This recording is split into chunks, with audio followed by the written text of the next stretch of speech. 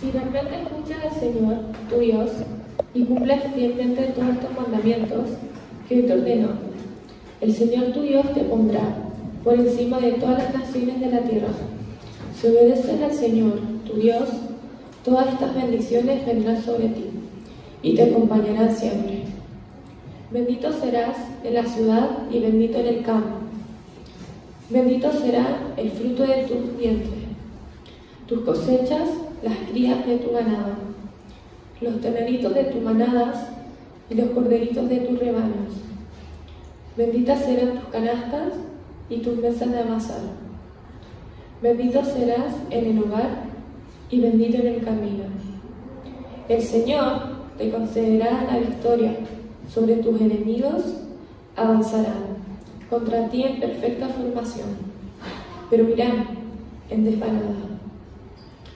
El Señor bendecirá tus graneros y todo el trabajo de tus manos. El Señor, tu Dios, te bendecirá en la tierra que te ha dado. El Señor te establecerá como su pueblo, santo conforme a su juramento, si cumples sus mandamientos y andas en sus caminos. Todas las naciones de la tierra te respetarán al reconocerte como el pueblo del Señor. El Señor te concederá abundancia de bienes, multiplicará tus hijos, tu ganado y tus cosechas, en la tierra a que tu antepasado juró que te daría. El Señor abrirá los cielos, su generoso tesoro, para derramar su debido tiempo, la lluvia, sobre la tierra y para bendecir todo el trabajo de tus manos. Tú les prestarás a muchas naciones, pero no tomarás prestado de nadie. El Señor te pondrá la cabeza, nunca en la cola. Siempre estarás en la cima, nunca en el fondo, al pan de que prestes atención de los mandamientos del Señor, tu Dios, que hoy te mandó, y lo obedezcas con cuidado. Jamás te apartes de ninguna de las palabras que te ordenó, para seguir y servir a otros dioses.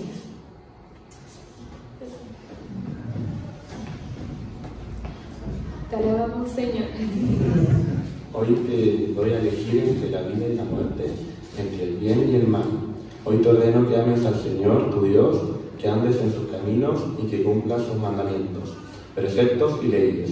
Así vivirás y te multiplicarás, y el Señor tu Dios te bendecirá en la tierra de la que vas a tomar posesión.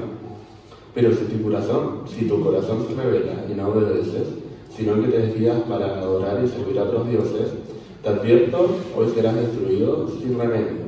No vivirás mucho tiempo en el territorio que vas a poseer luego de cruzar el Jordán. Hoy pongo al cielo y a la tierra por testigos contra ti, de que te he dado a elegir entre la vida y la muerte, entre la bendición y la maldición. Elige pues la vida para que vivan tú y tus descendientes. Ama al Señor tu Dios, obedécelo y sé fiel a Él, porque de Él depende tu vida y porque Él vivirás mucho tiempo en el territorio que juró dar a tus antepasados Abraham, Isaac y Jacob.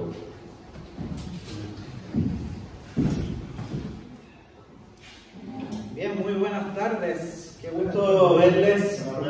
Como decían antes, todos los que han pasado acá. Qué rico verles aún en un día frío, gris como este, que tiene su belleza y su encanto de todas maneras. Qué fuertes los pasajes que nos tocan hoy día analizar. Estamos estudiando este libro, el quinto libro de la Biblia, que es Deuteronomio, y hemos llevado ya varios sermones en torno a esta historia que nos cuenta acerca del pueblo de Israel cuando se está conformando como pueblo, cuando está Dios tomando a esta gente que no era pueblo y haciéndola su propio pueblo y su propia nación. Y creo yo, y por eso estamos aquí esta mañana, que esta historia que pasó hace tanto tiempo atrás tiene algo que ver con nosotros hoy día, en el siglo XXI. Y vamos a escudriñarla juntos. Y mi oración hoy día es que cada uno de nosotros pueda escuchar algo que nos inspire, que nos anime, que nos corrija también y que podamos aplicarlo en nuestras vidas. Así que les invito a que podamos orar para que esto ocurra. Señor, gracias por tu palabra, gracias por esta historia que leemos de las Escrituras. Queremos pedir que tu Espíritu Santo, Señor, nos ayude a conectar con este texto y que lo hagas vida en nuestros corazones y también en nuestras acciones. En el nombre hermoso de tu Hijo Jesús. Amén. Amén. En la vida todos tenemos que tomar muchas decisiones. En cada momento estamos haciendo decisiones, optando por una cosa y dejando otras que no optamos. Algunas son súper sencillas, por ejemplo, bueno, para algunos puede ser sencillo. ¿Qué me voy a poner en la mañana para salir? ¿Qué ruta voy a usar para llegar al trabajo? ¿Qué voy a almorzar? ¿Qué voy a comer? Pero hay otras decisiones que son un poco más potentes, que tienen implicaciones o consecuencias para nosotros o para otros, en las cuales tenemos que, ojalá, meditar un poco qué es lo que vamos a escoger. Sobre todo son especialmente difíciles las decisiones que implican explícita o sutilmente caer en alguna tentación. Por ejemplo, si voy a aceptar un pituto para entrar en un trabajo, si que en mi quehacer cotidiano voy a realizar alguna actividad éticamente cuestionable, o si voy a enganchar con alguien que está invitándome a cagüeñar, a chismosear, o lo que sea. En el pasaje que vemos hoy, el pueblo de Israel está siendo instruido que como comunidad escogida por Dios, en el futuro van a tener que tomar decisiones y se les presentan varias dicotomías. Ahora vamos a analizar algunas de ellas y vamos a extraer entonces qué cosas podemos aprender acerca del carácter de Dios y también, por otro lado, cómo las podemos aplicar a nosotros como iglesia hoy en día.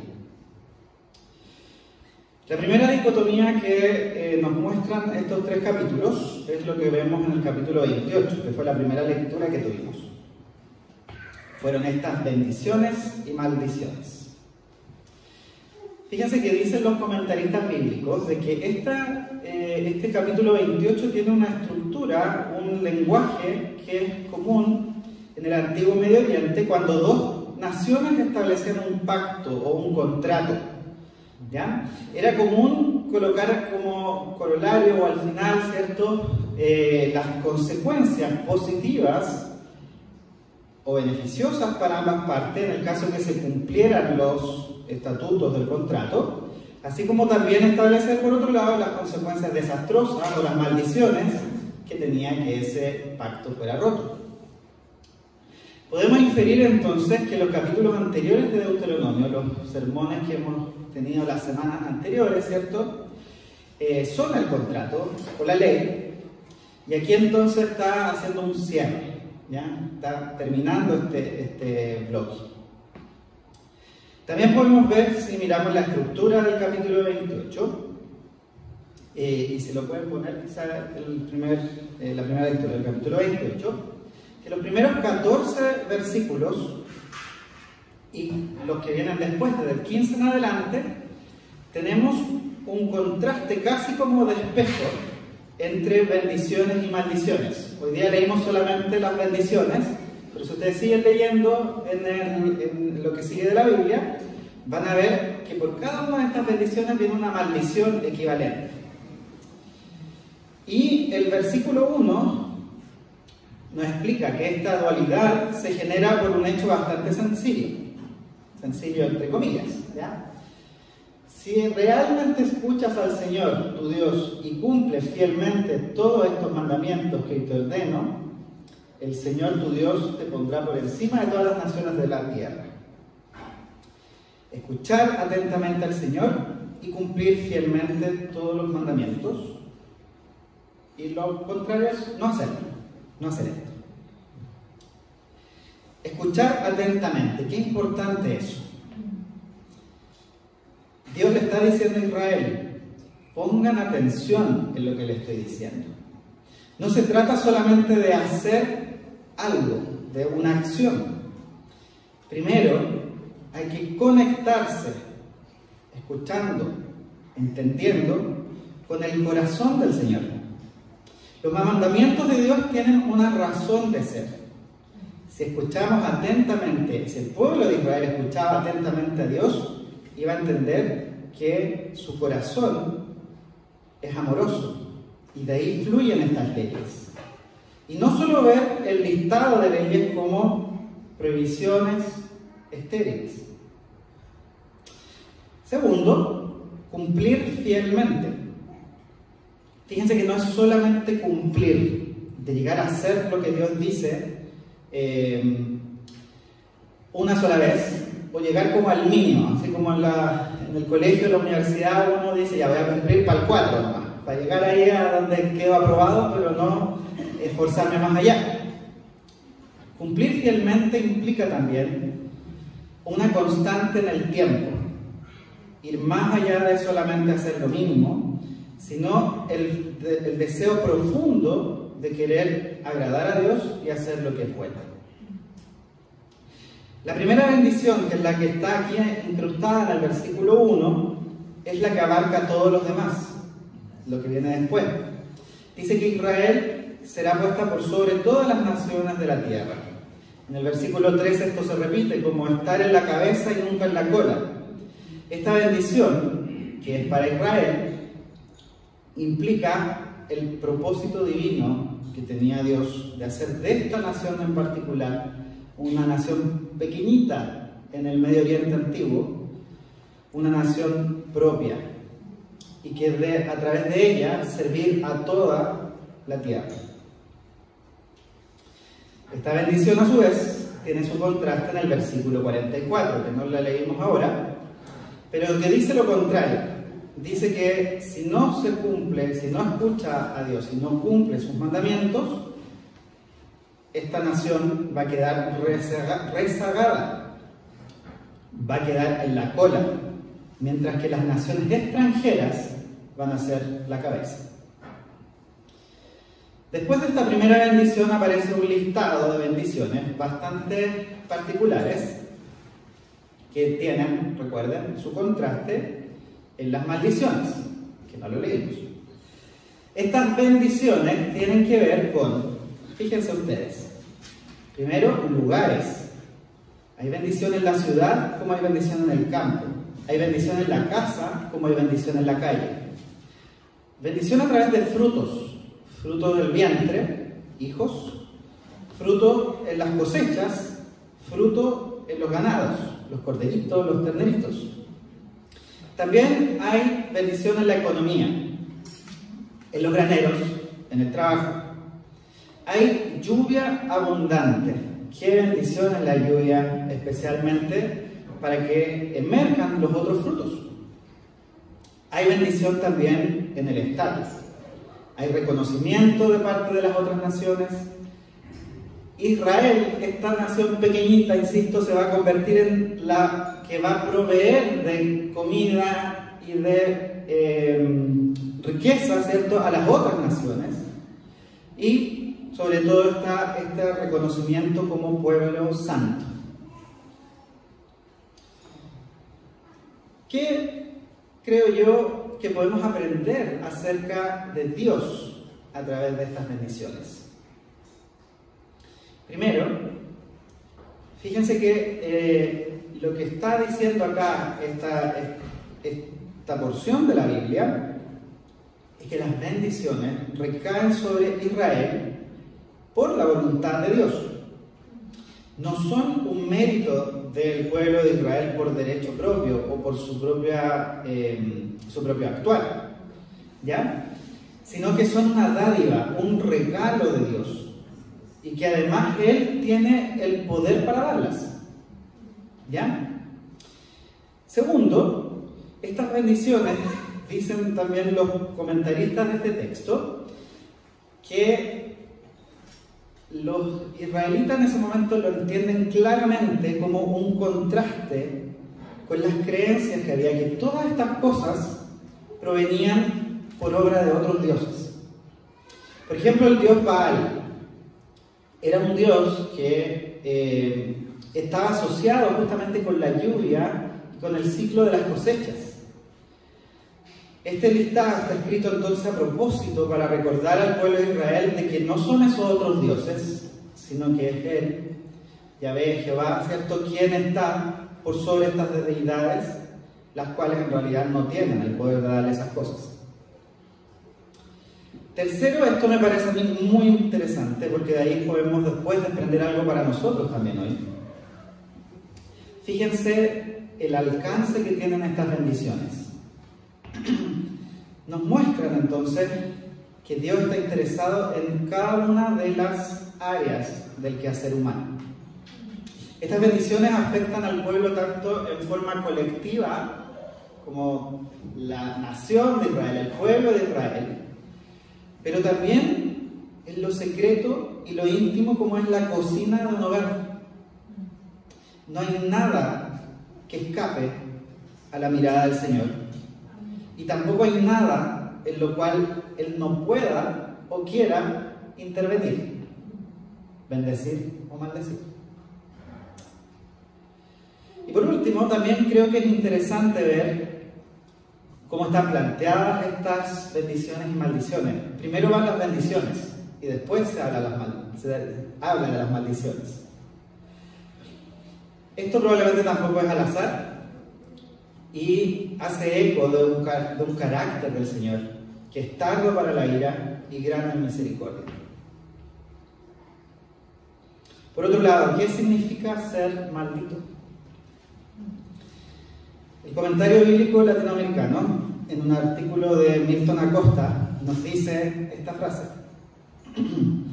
el verbo maldecir y la forma que se usa en este texto, que es arul, es la misma palabrita que se emplea en Génesis, en algunos pasajes que probablemente nos recordamos bastante bien. En 3:14, por ejemplo, cuando se maldice a la serpiente, es la misma palabra que se usa en el 4:11 cuando maldice a Caín. En todo el libro de Deuteronomio, solamente esta palabra de maldición aparece en los capítulos 27, que vimos la semana pasada, y 28, que estamos viendo hoy. Y básicamente significa que la persona se declara en rebeldía contra Dios y que será objeto de las sanciones divinas y humanas a las que haya lugar. Después vamos a volver un poquito más acerca de esto de las maldiciones. Bueno, visto entonces este capítulo 28, podríamos nosotros hacer un copy-paste, tomarlo y aplicarlo para nosotros directamente. Pero la verdad es que no. Ya vimos en sermones anteriores que no es la forma de abordar la ley ni el libro de Deuteronomio en particular. Para los cristianos, quienes estamos de este lado de la cruz, sería un error hacerlo de esta forma, pues estas palabras fueron dirigidas al pueblo de Israel. Como vimos en sermones anteriores, nosotros estamos después de la venida de Jesucristo y tenemos que entender este pacto entonces en el gran contexto de la Biblia. Por una parte, debemos recordar que nuestra relación con Dios hoy no está bajo este pacto de obras, en el cual nuestro comportamiento determina qué es lo que va a ocurrir con nosotros, o el actuar de Dios con nosotros. Este pacto, como se ve en los capítulos que vienen después, el 29 en particular, pero después incluso, y en el libro de Josué, fue un fracaso para Israel. ¿Ya? Entonces, si nosotros quedamos pensando que todas estas bendiciones de los primeros 14 vienen directo para nosotros, fíjense que ni siquiera para quienes iba dirigido inicialmente lograron obtenerlas. ¿Ya? El capítulo 29 nos muestra que Dios inmediatamente, apenas da esta dicotomía, le dice al pueblo de Israel que ellos no van a llegar, ya que no lo van a poder cumplir. Si ustedes leen los versículos 25 al 28 del 29, ellos rápidamente se van a ir detrás de otros dioses. Y damos entonces gracias a Dios desde este lado de la cruz, que las bendiciones del Señor no dependen en ese modo desde nuestro actual, ya que tampoco nosotros, ni tú ni yo, ni nuestros hijos, ni nuestros padres, somos diferentes a Israel. No tenemos ninguna opción de cumplir por nuestra propia fuerza con toda la ley de Dios y en ese modo asegurar la bendición de Dios. Desde mi punto de vista, si tomamos este texto literal y lo aplicáramos a nosotros, podemos cometer dos abusos. El primero, que espero que hayamos sido prevenidos y sigamos siéndolo constantemente. El primer abuso es la llamada teología de la prosperidad. Tristemente, un grupo importante de predicadores, tomando pasajes como este, interpretan que podemos y debemos obtener la bendición de Dios a través de nuestro comportamiento. En cierta forma dicen que es posible manipular a Dios y así obtener lo que deseamos. Una variante frecuente de esta herejía tiene que ver con la bendición material, puntualmente lo económico. Si tú eres bueno, Dios te va a dar bienes materiales, te va a dar dinero, te va a dar cosas. La cara B de esto, que es terrible igual, es pensar que si no eres bendecido económicamente, si no tienes dinero, si no tienes cosas, significa que estás lejos de Dios o que estás maldito por Dios. Y es terrible el daño que produce esta herejía al testimonio de la iglesia. Quizás no todas las personas caen en la forma más grosera de la teología de la prosperidad. Sin embargo, sepamos que muchos cristianos sinceros, y que incluso podemos tener años en la fe, sí podemos caer en formas más sutiles de esta teología errada. Cualquier doctrina, cualquier idea que alberguemos en nuestro corazón de que podemos hacer algo para ganar el favor de Dios, o que podemos hacer algo para perder el amor de Dios, es una forma sutil de esta teología. Y es triste ver a cristianos que están enojados con Dios porque ante alguna dificultad, una prueba difícil, dudan finalmente del amor de Dios o incluso de que existe. Admirable es entonces la actitud de Job, por ejemplo, cuando dijo: el Señor dio, el Señor quitó, bendito sea el nombre del Señor. No estoy diciendo que sea fácil, pero tenemos que revisar nuestra teología para ver si estamos dando lugar a pensamientos o sensaciones como esta, de creer que yo puedo hacer algo para ganar el favor de Dios o hacer otra cosa para que Dios me ame menos. Ese es el primer abuso.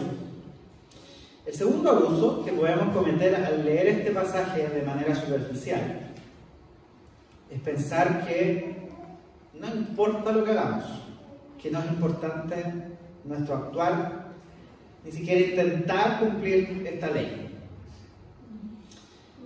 Eso se conoce como antinomianismo. Ya es una herejía que tiene nombre también, ¿ya?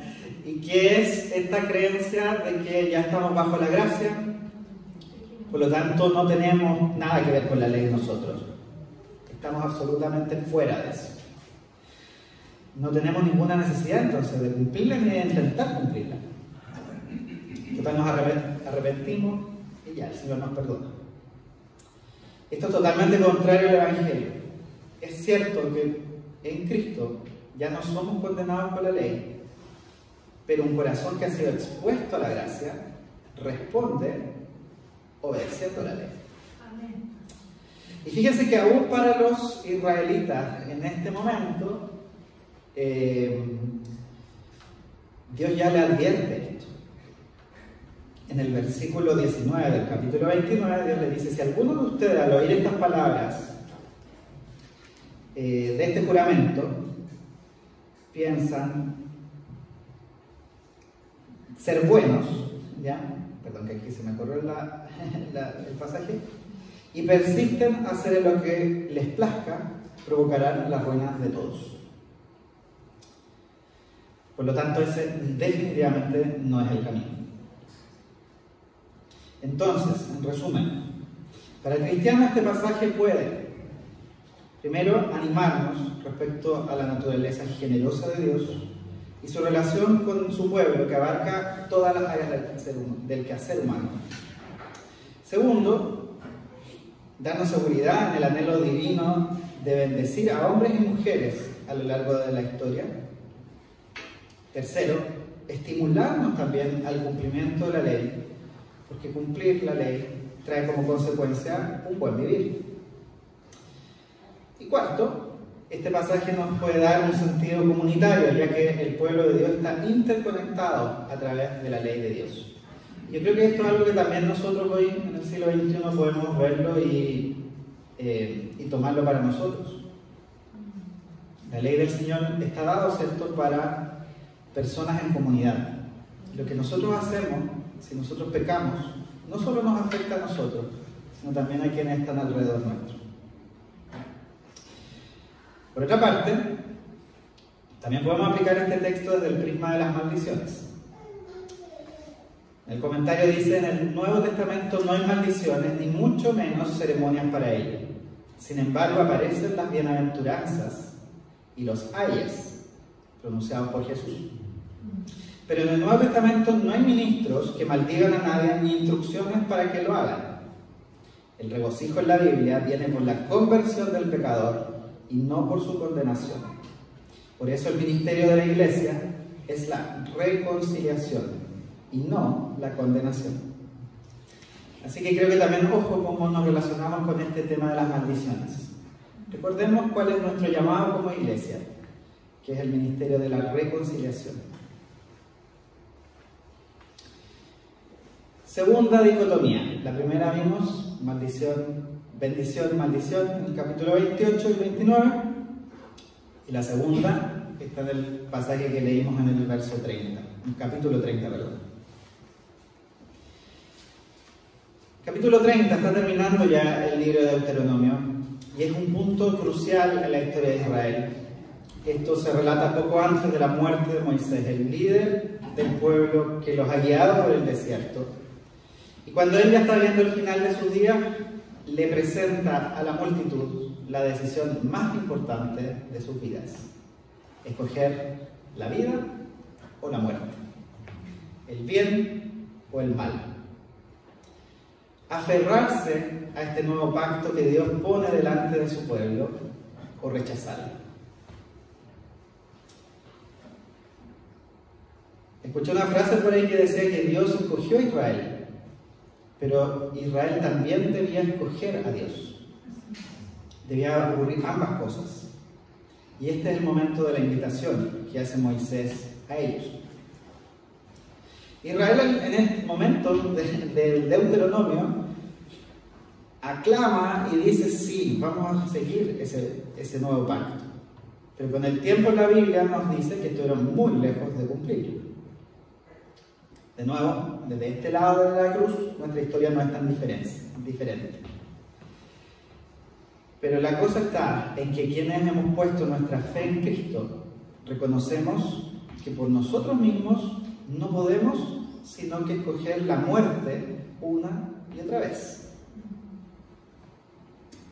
Quienes hemos puesto nuestra fe en Cristo reconocemos que si es por nosotros, solo podemos escoger la muerte una y otra vez. Por lo tanto, esta exhortación de Moisés a Israel tiene eco en nuestros corazones.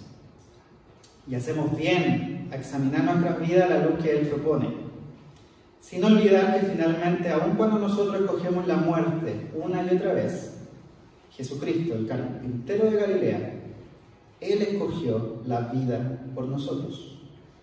Y hoy nos extiende la invitación a ser parte de esa vida, que es vida en abundancia.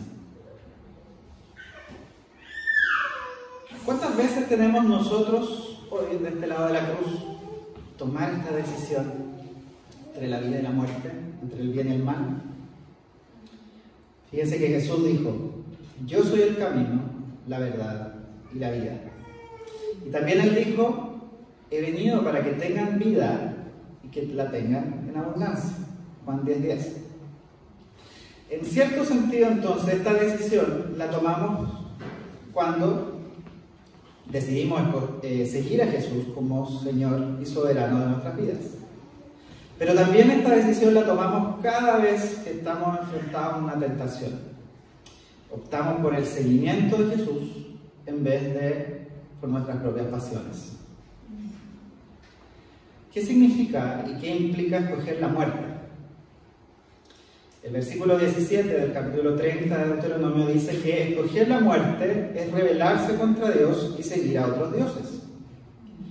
Muchos dioses desvían nuestra atención de Jesús. El principal Dios es hacernos a nosotros mismos como Dios. Esa es la gran tentación que tenemos desde la caída misma. Afirmar que nosotros sabemos mejor que nuestro Creador qué es lo que es bueno para nosotros. ¿En qué ocasiones de tu vida has escogido la muerte? Probablemente muchas. Si eres como yo, probablemente muchas. Pero la buena noticia es que hay esperanza. Podemos arrepentirnos de nuestro pecado. Que pecado es otra forma de llamar a cuando escogemos la muerte. Y este arrepentimiento, como decía Patricio delante, no es simplemente decir, Señor, la embarré y sigo con mi vida tal cual, sino que implica un cambio de rumbo. Y Jesús, cuando nos arrepentimos, está con los brazos abiertos, recibiéndonos, con esta promesa que Él nos dio de perdón y también la promesa de una nueva oportunidad. Si a mí me preguntan por qué soy cristiano, la verdad es que puedo resumirlo en esto, en la esperanza de tener una nueva oportunidad.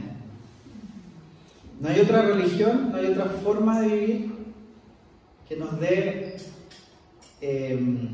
nuevas oportunidades, como lo hace nuestro Señor Jesucristo. ¿Qué significa y qué implica escoger la vida? Escoger la vida es amar a Dios y obedecerle. Y esto es posible solamente porque Jesús lo hizo por nosotros. Y hoy día el Espíritu Santo que nos da el Señor nos impulsa y nos ayuda a seguir en este camino. Cuando nosotros hemos aceptado a Jesús como Señor, su Espíritu es quien está en nuestro corazón, en nuestro oído, en nuestra alma, en nuestro cuerpo, guiándonos, impulsándonos, y no nos deja tranquilos cuando escogemos la muerte. Por eso, a través de Él hay bendición y podemos escoger la vida. ¿Y cuál es el deseo de Dios en cuanto a qué quiere que escojamos? ¿La vida o la muerte? El versículo 19 lo deja claro, textual, por si a alguien le cae la duda. Alguien podría decir, qué malvado este Dios que nos deja escoger si sabe que vamos a escoger la muerte. O peores cosas se han dicho acerca de Dios, pero fíjense que no. El versículo 19 del capítulo 30 deja claro que Dios anhela que escojamos la vida, así como anhelaba que Israel escogiera la vida. Quiero dejarles también con algunas preguntas de reflexión acerca de estos pasajes que revisamos. Piensa en algunos momentos sobre las decisiones que hoy, 30 de abril de 2023, estás enfrentando. Decisiones triviales o profundas, sobre todo las profundas. De acuerdo al sentido del texto bíblico, ¿dónde hay vida en tus decisiones?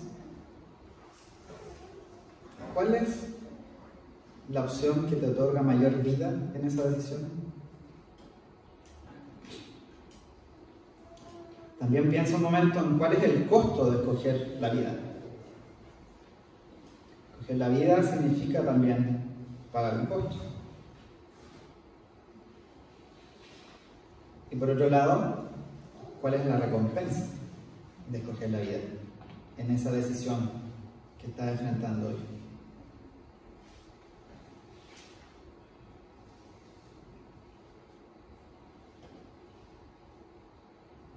Gracias, Señor, por tu palabra. Gracias, Dios, por dejarnos el testimonio del pueblo de Israel,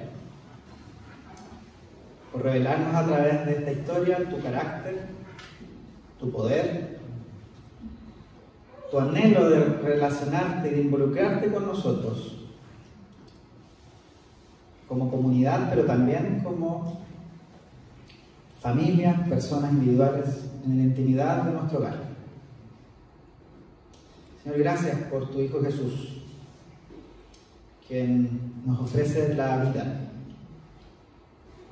Quiero pedirte, Señor, en esta tarde que tú nos guíes a cada uno de nosotros, en esta comunidad, a poder tomar las mejores elecciones en el momento que nos enfrentemos a escoger la vida o la muerte. Señor, sosténnos, no nos dejes caer en tentación. Ayúdanos, Señor, a bendecir a otros también, a ser, en este sentido, quienes apuntan, Señor, a la verdadera cabeza que eres tú, Jesucristo. Y ayúdanos a hacer bendición para nuestra comunidad, acá en Ñuñoa, en Santiago, en nuestro país. Gracias, Señor, en el nombre de tu Hijo Jesucristo. Amén. Muchas gracias.